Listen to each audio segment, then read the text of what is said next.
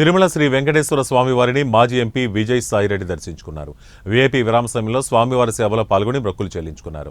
దర్శనానంతరం రంగనాయకుల మండపంలో వేద పండితులు వేదాశీర్వచనం అందించగా ఆలయ అధికారులు స్వామివారి తీర్థప్రసాదాలు అందజేసి పట్టు వస్త్రంతో సత్కరించారు.